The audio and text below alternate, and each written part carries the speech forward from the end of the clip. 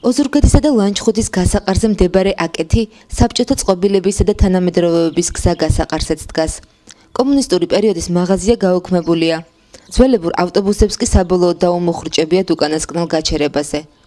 თუმცა განვითარების სურვილი და პერსპექტივა სოფელში რა თქმა უნდა არსებობს. თუ წინსვლა რო არის და 20 წლის უკარო გადახედო და დღევანდელი შეადარო, რა ვიცი, ნორმალური ადამიანი ვერ იტყვის რომ რამე არ გაკეთებულ. შუქი გვენატრებოდა. წყალი, აი ეს ყველაფერი, რა ვიცი. რაც შეუძლია მთავრობას აკეთებს.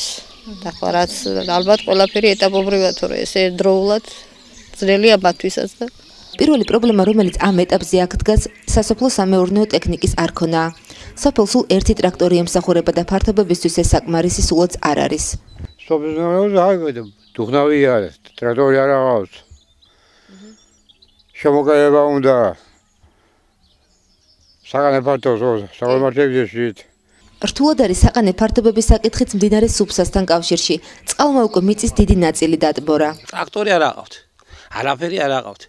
მიწა დახურული არაა. ეს მიაქვს წყალს. ახლა ეს გადმოვა ეს წყალი მე წელს თუ არ გააკეთეს. დაახლოებით 3000 მეტრო ქონდა ხას და 1000-ია დარჩენილი. მიაქვს წყალს ყველაფერი და გაბუჭებული. აკეთელები საუბრობენ გზაზეც და მის მცირედით შეკეთებას მაინც ითხოვენ.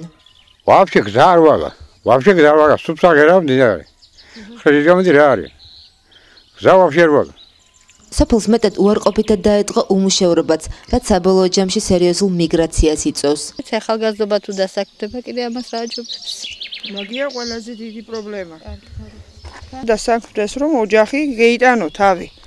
თავის გატანაზია საქმე. საერთოდ არავინ არ მუშაობს. მუშაობს 3-4 პიროვნება, ან ბავშვები, ან რაღაცა მასწავლებელი თუ მივა სკოლაში და ეს ბავშვიც აღარა აუგია სოფელში და ლანჩხუთი უწავა შოფრები მუშაობს. ყველა გასულია სოფლიდან.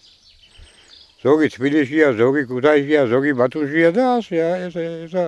მიუხედავად უამრავი პრობლემისა, რომელსაც აკეთელები გვესაუბრდნენ, ვერ აუარეს გვერდი რამდენიმე თვის წინ გაყიდული ჩაის ფაბრიკის თემას.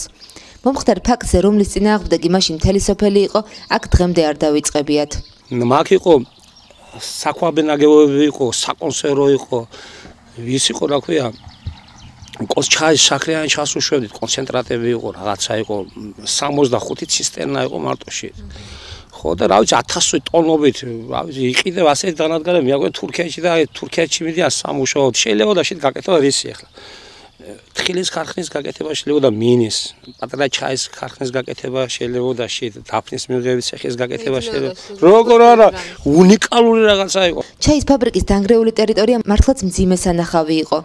თუ კი სოფლისთვის ასეთი მნიშვნელოვანი ობიექტის გასხვისება სახელმწიფოსთვის აუცილებელია, მაშინ მან სოფელს ალტერნატივა უთუოდ მოკლე ხანში უნდა შესთავაზოს.